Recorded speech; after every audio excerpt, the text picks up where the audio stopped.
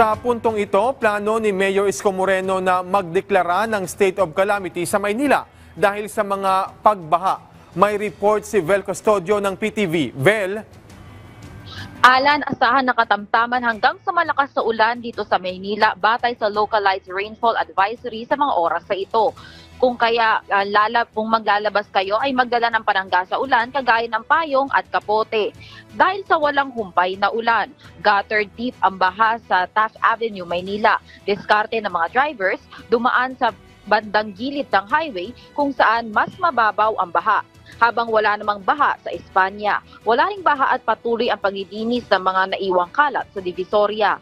Nagpaabot naman ng sulat si Manila Mayor Isko Moreno kahapon sa Konseho ng Manila upang makapagdeklara na ng state of calamity para mas magkaroon ng access ng resources ang mga barangay para sa kalamidad.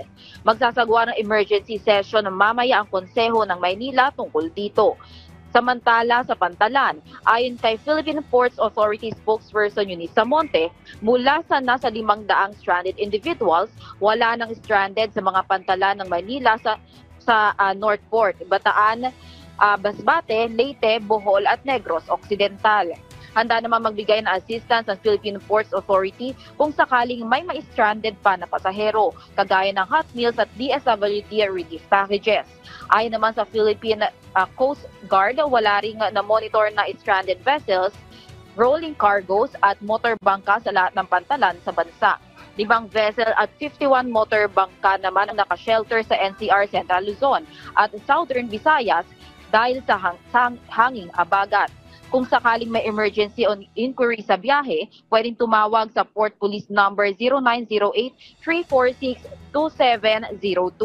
Dahil nga walang stranded na pasahero, bilang lang sa daliri ang mga pasahero dito sa passenger terminal ng Manila North Port. Sila yung mga pasaherong nakapag-book na ng biyahe noon pang mga nakaraang linggo. Wala namang gale warning sa mga dagat batay sa 5 AM forecast ng Pag-asa.